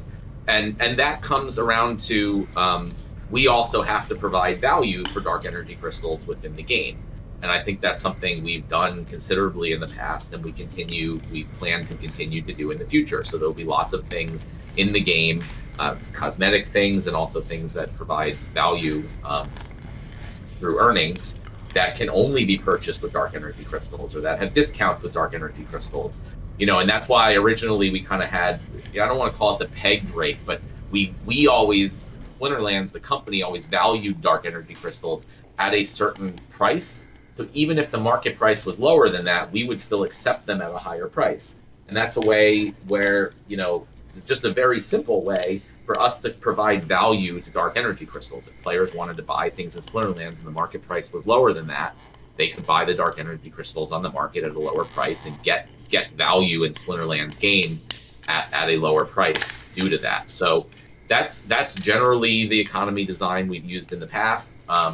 And we're planning to do in the future. Now, that always, you know, things require changes here and there, as, you know, we can't anticipate everything that's going to happen. But that's always going to be our thoughts and plans around Dark Energy Crystals. So it's not this thing where you just, it's not a Bitcoin-like system where you just try to buy and hold as much early and, you know, hope the price goes up 1,000x or whatever. really, you would want dark energy crystals if you want to buy the things in the game that require dark energy crystals. And then otherwise, you want to play the game. You want to get as many cards. You want to rank up in order to earn them as much as possible. Yeah, I couldn't agree with Matt more. All right, I'm going to skip over some of the economy questions. I feel like that did a nice job, and I want to be cognizant of time. So Chaos. I just want to answer the last one really quickly. Why is the SPS sushi pool not included in points for the daily airdrop? No SPS pools are included for the airdrop of SPS. So and dark energy crystal pools are included, and there's the one that's dark energy crystals to SPS, but that's included because it's a dark energy crystal pool. And that's why the SPS pool is not included, because it's not a dark energy crystal pool. Yeah, but then when are we adding liquidity rewards for SPS liquidity providers? Well, so we already have it. And that's actually something that's brought up, not in this question, but I know this is taking more time, but I want to talk about it. People have asked, about that. So there's kind of two ways we can provide liquidity rewards. One is we just give out SPS to people, through the game website or whatever for providing liquidity, which is what we do with dark energy crystals through Uniswap. But a much better way that we've been taking advantage of is getting farms and getting pools on third-party platforms. So there are liquidity provider rewards for being in the SPS sushi pool. You earn SPS and you earn sushi tokens through SushiSwap. And similarly on PancakeSwap, there are some pretty significant rewards. It's on Alpaca Finance. There's probably other platforms on BabySwap, I think. There's ones I don't even know about that are offering liquidity provider rewards for people who had SPS liquidity. So that is already available. It's been available almost since the launch, at least on PancakeSwap. And the reason why that's so much better is because it's a huge marketing and promotional opportunity. So I think overall we're giving out less SPS than we would have. So it's a better, more efficient use of the funds, the SPS funds available for liquidity rewards. And instead of it just being available on our website for the people who already play Splinterlands on our website, now these pools are featured on the websites of PancakeSwap, BabySwap, Alpaca, SushiSwap, all these things, and you're earning tokens. A lot of people may not be as interested in earning SPS, but who are outside the Splinterlands community and haven't really come in yet. But now they have the ability to earn cake and to earn sushi and to earn alpaca or whatever all these things are. So ultimately, it provides more liquidity than we would get otherwise, and it provides more marketing than we would get otherwise. So I think it's definitely the best way to go, and we're in, we want to do as much of that as we possibly can to help increase the liquidity, which I talked about how important that was earlier for the token, and just increase the marketing, the places where people see and learn about it. Chaos Legion questions. In light of the vast inflation of the CP pool, collection power pool, relative to the number of players by the influx of Chaos Legion cards, will the power requirements for leagues be changed? I believe we are planning to reduce the power requirements for modern format leagues, not for wild format. It's also one of the big reasons why we're very excited for modern format in general. It's just going to make it, a much better experience for the newer players or for the players who don't have all the older cards to compete and compete at higher levels and against, more equal opponents. Can we see the number of Chaos Legion packs that have been opened on the blockchain anywhere? Yes, I believe that you can. I don't know off the top of my head the easiest place to see that, but I'll try to look at that and maybe I can post it in Discord later. Will the second airdrop card be dropped when the 2 million packs are sold, or will both be dropped when 3 million packs are sold?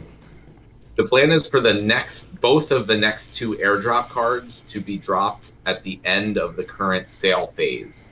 And I think that ends on January 12th, roughly. So the airdrops will happen between January 12th and general sale on January 17th. And I know everyone's been asking these questions.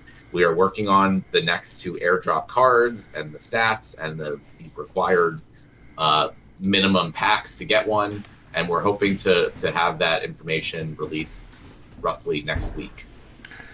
For the general sale, if I hold 30 vouchers, can I still buy 1,000 packs and get 30 bonus packs for these vouchers? Or do I need to hold the appropriate amount of vouchers for the packs I'm buying? In this case, it would be 150. Can you Yeah, get? no. So if you have 30 vouchers, then you'll get 30. You can use them to get 30 bonus packs. The max bonus packs you'll be able to get if you have vouchers would be 150 in that case.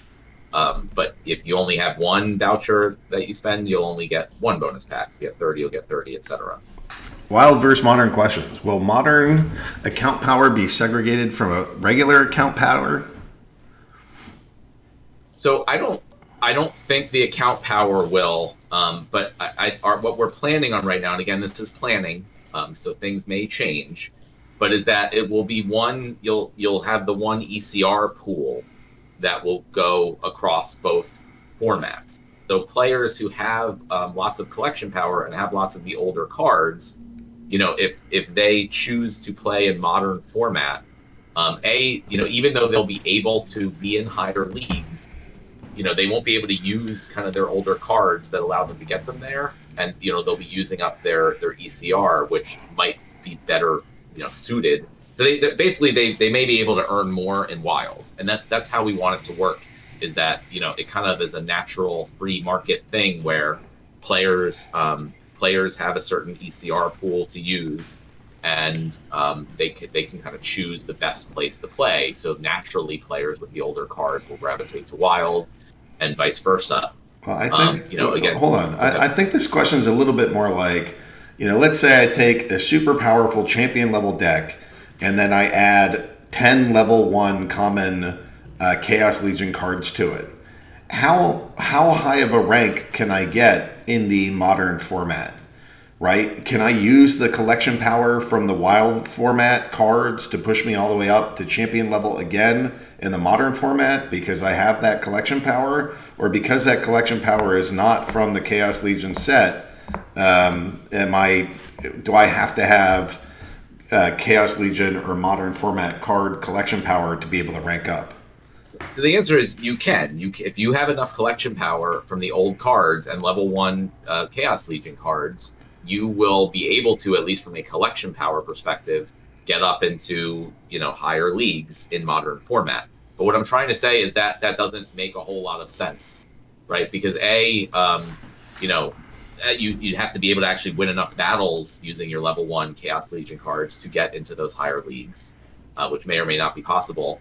And then also, you will be using up that same ECR pool. So it's not like you'll also be able to then use your older cards to play in Wild also. So you're kind of giving up rewards for doing that. So it doesn't make sense. So that's why we're trying to design the system where, like, yes, you can do that if you want, but it doesn't.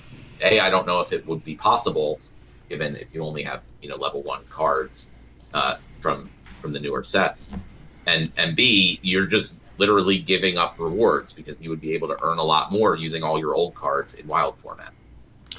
How does Splinterlands manage users' data like email, password, and linked wallet addresses? How do you protect those against attackers? I'm also curious about Splinterland's own SBS and DEC wallets and other overall security too. Yeah, so I'm not going to talk specifically about what we do, around security, because that itself could be a security issue. But we take our security extremely seriously, and that is a specific area of focus on the development team. Security itself that includes player information, and also, even more importantly, is the wallets that we control. I mean, one thing specifically around wallets with tokens is that the plan is for those to be moved into multi-sig wallets controlled by the top voted SPS validators. So that would be the most secure version, where it's not just one entity controlling those wallets in one key, but it's actually the validators collectively, and it needs a certain number of their signatures to move any of those tokens. So that's kind of a longer term plan for that. So one other thing too on that front is that I'm going to be hiring a VP of security that specializes in crypto security and development security. So actually, we're looking for someone that's very, very seasoned in that, very, very senior. I'm looking for that role. It's not on our board yet, but if you guys know anybody that's in the industry, has a lot of experience with that, I'd love to chat with them. So big shout out for that. We do care about it as a big, huge priority for us. Laura question. What's the latest from Crid Kurlax? It's from the Splinter Bytes. Crid Kurlax is a well-known goblin traveler of Anuun. He speaks only in extremely annoying rhyme and riddle, but on the upside, he's said to know the secrets of the universe. I'm gonna broaden this a bit to like Nate, if you're still around, who now owns Splinter Bytes and the sort of like updating of the little tidbits of lore and sort of like hilarity that might ensue from our punchy little lines. No, for sure. And it's funny, that specific Splinter Byte is actually one of my favorites. Every time I see it, I could just imagine, coming across this guy in the Splinter world and what that would be like. But yes, it's funny you guys should mention that. I notice that now and then in Mavericks or elsewhere, someone will post a little screenshot saying, hey, this kind of needs to be updated, or hey, this kind of doesn't jive. Like there's an issue here or something. So it is on our radar. It is a task that I'll be assigning to the narrative team. We're going to maybe not give a complete revamp to all the text that you see there, but we will be updating it. We will be revising it a little bit, and then we will be adding a lot more. So expect to see new stuff pop on there soon. Awesome. All right, that's the end of those questions, which means it is 10:30. So amazingly, we have 30 minutes left to go answer general questions. So please don't keep asking your questions over and over. It takes me a while to get through all these, but I'm going to start a little bit up, and then I guess I'm starting from 10:28, and I'll answer questions down from there. So any ideas to expand on the quests, e.g. weekly or seasonal quests that require different parameters to be met? Matt or Richard, are we adding additional quests? Is somebody on that? I would say no one's on it right now because there's lots of stuff we are working on that I consider a higher priority, but that's one of the many like cool features. We talked about some others earlier, like new avatars and skins and things. As players of the game, we would love to add new quests too, new rule sets, all sorts of new fun things. But when priorities and resources allow us. Feedback at Splinterlands.com, get new quests voted up, and we'll make that the priority of the sort of player-derived changes that we make. I'm looking at 1028 from DJS. Matt commented earlier about wasting ECR in modern or wild format. You were saying there's a double pools for the two formats, but only one ECR.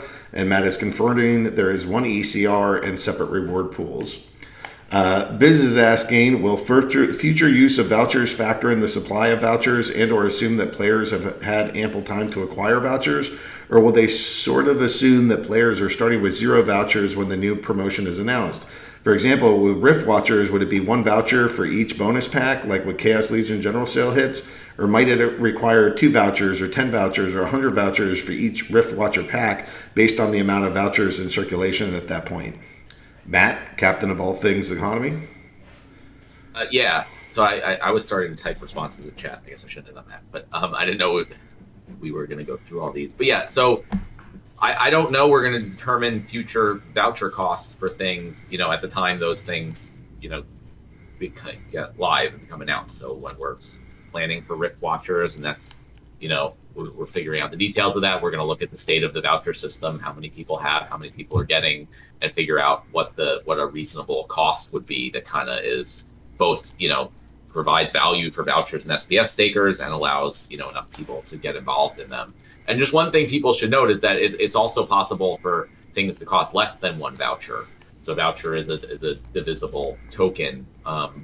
So, if it makes sense, things might cost a half a voucher or 0.1 voucher for Rift Watchers or other promotions. Then it all depends on, the value of whatever the thing is that you're getting for the vouchers, how much it'll cost. Matt is asking, are you going to review new Chaos Legion legendaries? It's pretty sad that some of them are not used at all, and they do not fit in anywhere really in the Champion League. For example, very good-looking cards, but nowhere seen. Zyvax Vul, Void Dragon. It feels so not right that so cool cards have no usage in the highest league. Thoughts? So, yeah, I mean, we always, kind of review everything, and we always want it to, especially with legendary cards, but in general, we prefer the cards be useful. I would say we don't want to jump the gun on anything, so a lot of things are going to change when Wild and Modern formats come out. So I'd say at the very least, we're probably not going to be changing anything until that's out for enough of a period of a time where we can really see what the state of things is at that point. And then I'm hoping also by that point that the SPS proposal system will be live, and these things will be less of us saying we're changing this, even if it's based on player feedback, to someone makes a proposal to change something and players can just vote on that, in which case it's kind of open to anything there. So that's what I would like to see. Tamshawn is asking, would it be one daily quest and one season reward between the two leagues as well? Or would we get one for each league? Will the seasons be staggered, or will both seasons end on the same date? Good questions. I can say there's still going to be the same daily quests, and you can just pick whether, if you, I mean, you don't have to pick, but, if it's a Fire Splinter quest, you could play 2 Fire Splinter games in Modern and 3 in Wild, and it doesn't matter, or 5 in one or 5 in the other. It's just your same quest, and it doesn't matter which format you play in. Season rewards, I don't want to say for sure right now, but we're going to figure that out in a way that makes sense. And then as far as staggered, I think seasons are going to be the same. It's just going to be the same season. It's not going to be separate seasons for each of them, because it's already enough of an ordeal when seasons end. So it'll just be the same season end. Kermawa is asking at 10:31, will there be new free playable cards when Modern format was introduced? Aren't there already new free playable cards? Yeah, the Modern format is not going to change what the free cards that everyone's allowed to play with are. That'll only change when we release the next major set, in a year or more later. Channel Magnetic is asking, airdrop requirements for the next few cards. Do you know the rarity, and then do you know what the minimum number of packs are to guarantee an airdrop? I believe that they are going to be legendary. I don't know what the airdrop requirement numbers are. They may be different than ones in the past. So we are going to release that information hopefully before Christmas, if possible. Filipe Cain, which is probably not the way to pronounce that. Pretty please update the mobile app. I guess that's just a suggestion. Hardcool is asking, is there a guaranteed promo card like in the last pre-sale, like 50 packs bought, ? And it sounds like we will give guaranteed minimums. Is that correct? Yes. And I think we are also going to do a guaranteed minimum for gold cards like we did for Dr. Blight, which we haven't done in the past. But anyway, the numbers may be significantly different than they were for Dr. Blight for that. When Phase 2 ends, will the general sale then start instantly, or will there be an interval between them? There's going to be an interval, and the exact dates and details are in the post we made about that, so you'll have to look that up. Crypto Ape is asking, can we please get a Splinterlands joke set of cards similar to Magic the Gathering unsets? Have stuff like Aggrod's Sideburns, Nate's Pen, Matt's Abacus. What do you think? That sounds awesome. I don't think we're going to be spending time on that, but if any community members want to, take a stab at that, we would be happy to promote it and, show it if it's done well. How many packs do we need to buy for guaranteed airdrops in pre-sale 2? That question has been asked, and I'll skip. Any updates on the achievements page in game? Achievements is one of those many cool features that didn't get up the priority list high enough. So I don't have any information on that right now. Mick is asking an interesting question. Could we use some amount of vouchers to go trade for potions? What do you think of that? Yeah, I think one of the things we talked about as far as like the many future uses of vouchers is potentially new potions or even existing potions being able to be purchased with vouchers. So I don't have like details on that, but that is something we have, I think, said officially that we're looking into as one of the uses we plan for vouchers. Yeah, I seem to recall that airdrop cards will have potions finally, but those potions will require not only the dark energy crystal cost, but also voucher cost if you want to apply potions to them, which I think is totally awesome. Will there be separate leaderboards, and will the rewards be the same for the wild and modern format? There will be separate leaderboards. I don't want to guarantee that rewards are going to be the same, but I mean that's the plan, at least at first. And then, like with everything, we're going to have to see how modern and wild goes. We're going to do our best to plan it out and set everything in a way that makes sense ahead of time. But I think it's almost impossible to really predict how everything's going to turn out. So, based on what happens and player feedback, we'll see what, if anything, needs to be changed.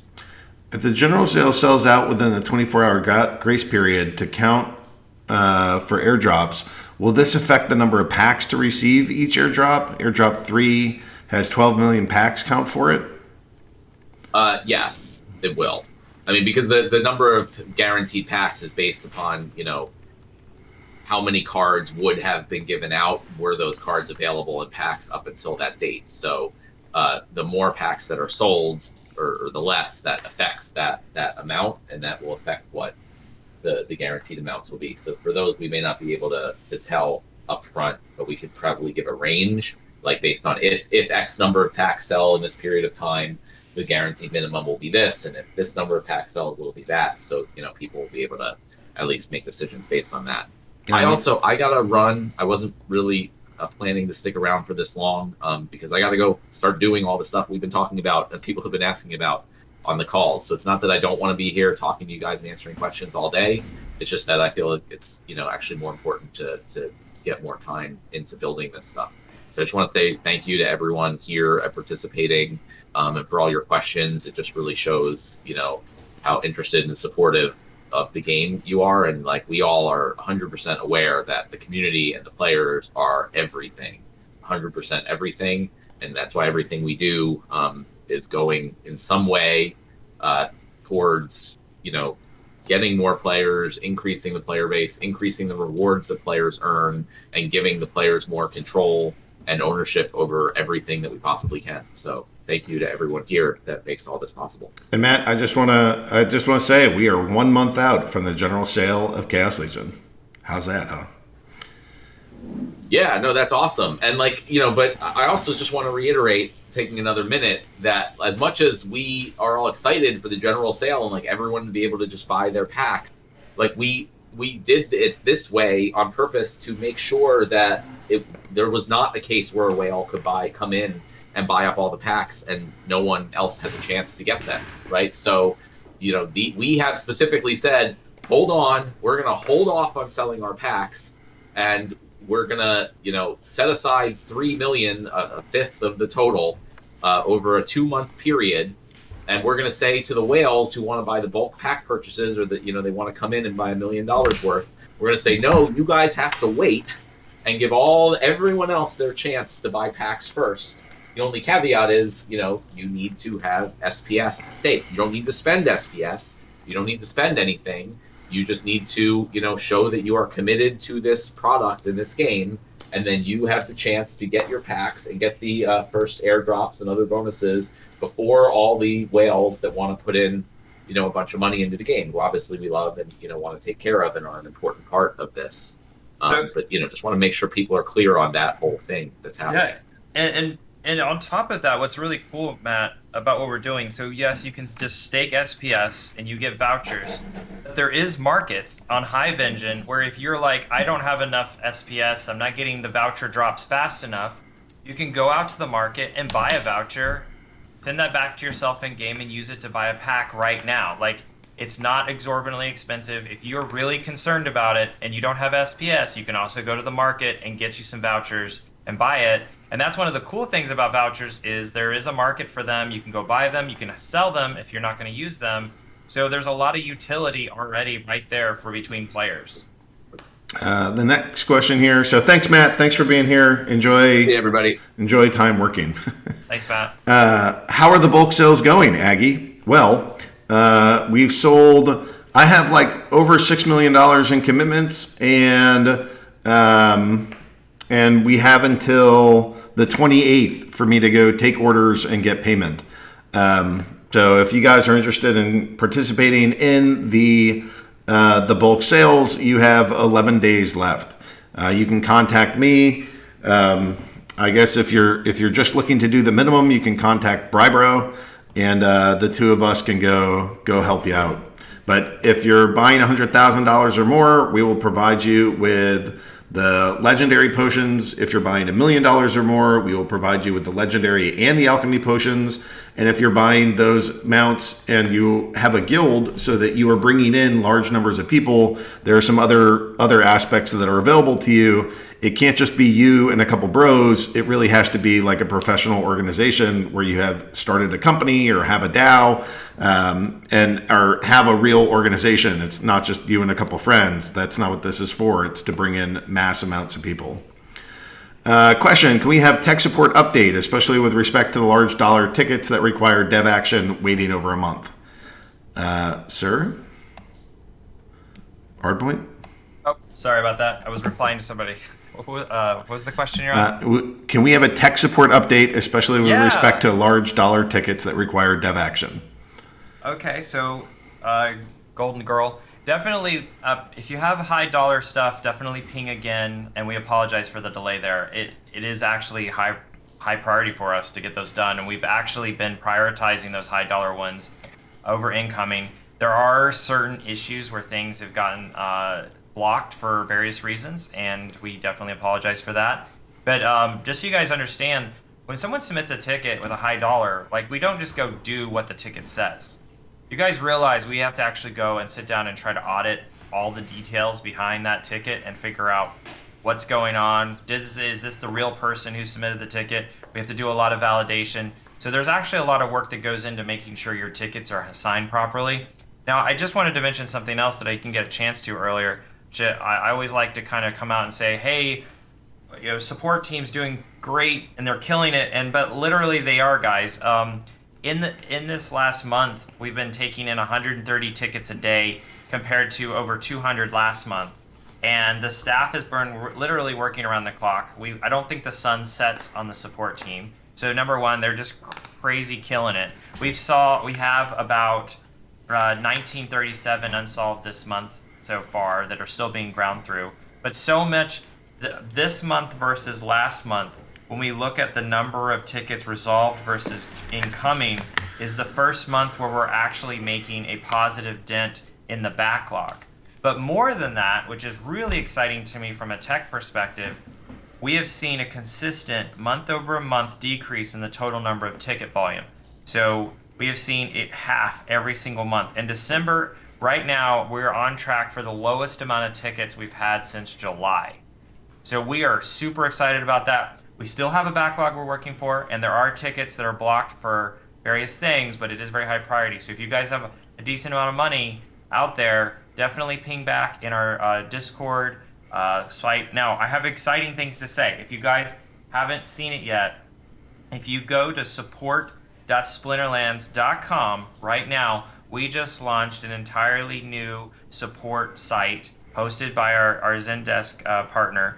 And we are starting to fill out with knowledge-based articles. You can submit tickets, and those tickets that you can submit through that new site allow us to capture more data quickly to move your tickets faster through the process.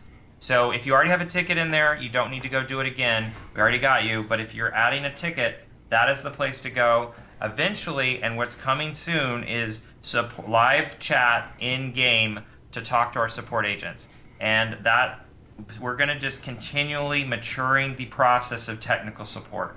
So we're really excited about that. And I wanted to say this again. I say every week, and I can't say it enough, guys.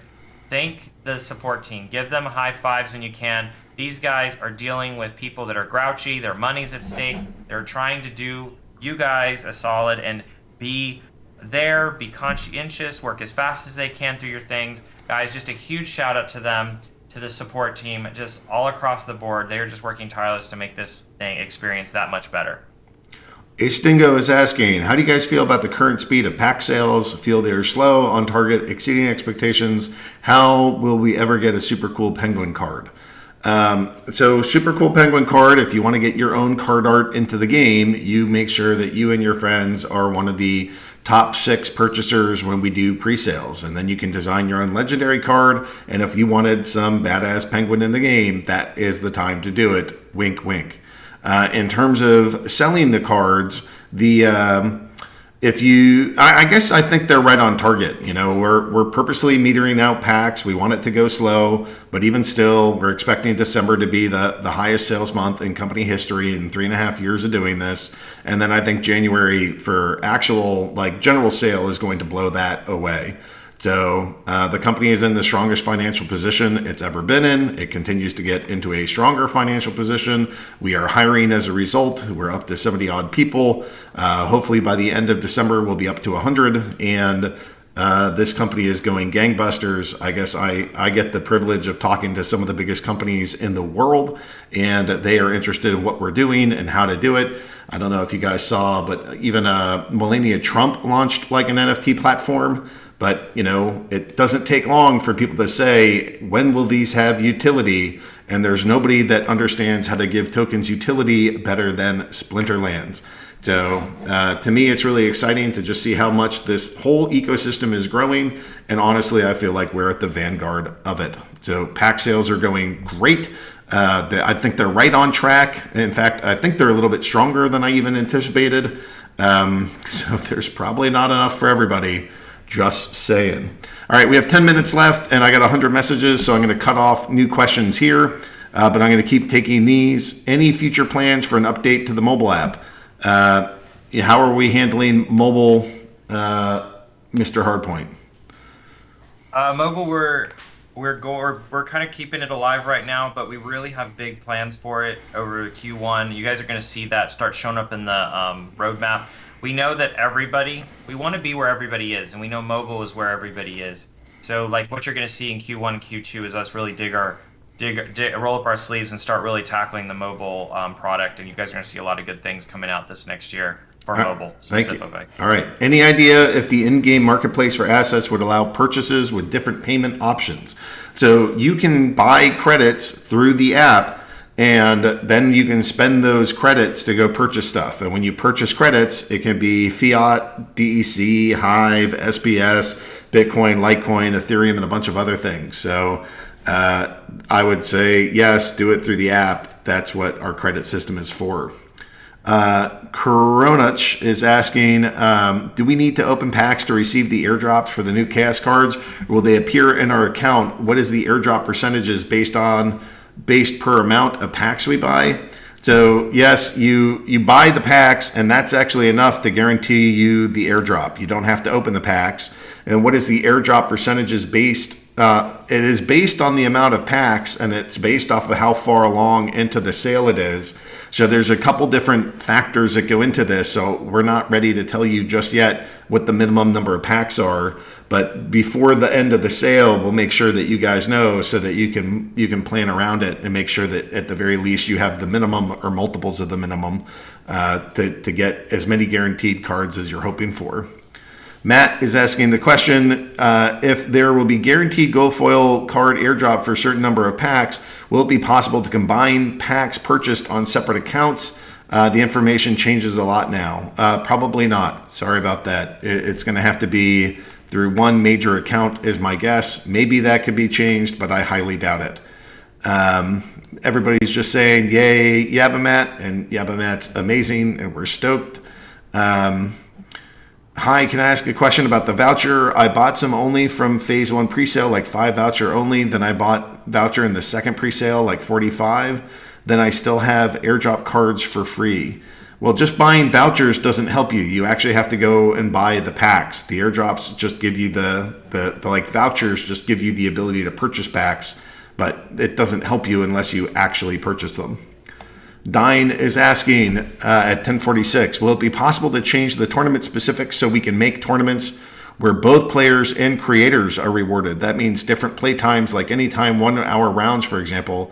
This can be combined with streaming these tournaments so people can watch their own game be judged by excellent players so they can learn to play better and therefore earn more.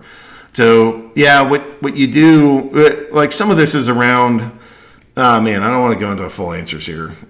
There's sort of the hack for that is you set the number of players and it doesn't start until you reach that number of players. And then you just make sure that there's a little bit of buffer between how much players have to spend and how much the prize pool is. And that's where your earnings exist. I haven't seen that be super popular. I do think that it happens, but it's not the biggest thing around. Bandano is asking, can we get the option to export all our balance histories as a CSV file? Also, recording our histories for more than 30 days would really help keeping track of income and expenditure. Thank you. Yeah, that's what the tax project is about. So I can't tell you exactly what that looks like because it's still in progress, but we're working on it. Biz is saying, no, Biz is not a question.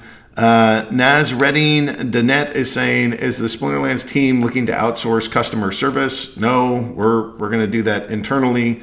Maybe we're still looking, but I can't tell. If you want me to talk about it, I can. We might outsource layer 1 or layer 2 as we get bigger, so that we don't have to hire 400 people to be available 24/7. But our core tech support will always be in-house. And those guys are the guys that know everything about the game, know how to make sure everything works. But just as we get bigger, it's more reasonable to assume that there might become another layer just to help regular players with very basic questions. Okay. Moving down, Zitron is saying at 10:49, tech people said there's only one person working on the KYC. Could please add more people to it so they can finish it fast because it's been a month since I've requested to fix my KYC issues. I guess that's a... Yeah, we got people working on it. So. All right. One person. Crypto Ape is saying, would it be possible to get more filters on tourneys to be able to fully edit them when we start them? For example, to be able to ban specific cards, specific sets. I think people would be more likely to join things like bronze level tournaments if people can't just come with level 1 high cost cards and wreck everyone. We do some of that. There's some rule shifting that you can do, but it's probably not as precise as you might want. There's two parts to this. They both have the same answer. Go to feedback.splinterlands.com. That sounds like a feature that you'd like to have added that doesn't exist. It's kind of like a quality of life feature. So please do that at feedback.splinterlands.com. And I think we just got through everything. Yeah, we got to the end. So we're going to end 4 minutes early, which is great. Anyways, as per normal, the way that I think about this whole thing is I start by drawing a circle around myself and I say, I want to make sure that at me as a human, I am growing, my skills are growing, my network is growing, my net worth is growing, and I am leading a productive life.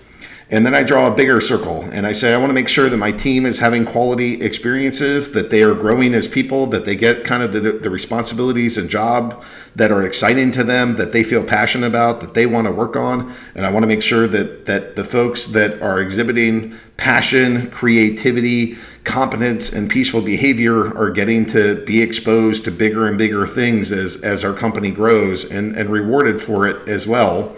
And then I draw one last circle, and it includes the entire ecosystem here. And I think every single day, I wonder, how can my time be spent to provide more value, more entertainment, better opportunity to the people that are there?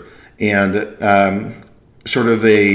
I think of the world as kind of like a video game. And when you were born, that is your spawn port. And in the dream that I have of what this world looks like, it doesn't matter what country you're born in or who you were born to, you have equal opportunity to succeed as everybody else on the planet. And I think play to earn games can deliver that better than any other process, people, group, or organization in the world. And so this is part of what I work on day in and day out. I feel blessed to be surrounded by my colleagues and the partners here that are passionate and incredibly talented individuals that, they're working their tails off every single day to try to help people around the world, many of whom they'll never meet, but that we all find it super valuable to just say, hey, we're from Splinterlands, we're here to help.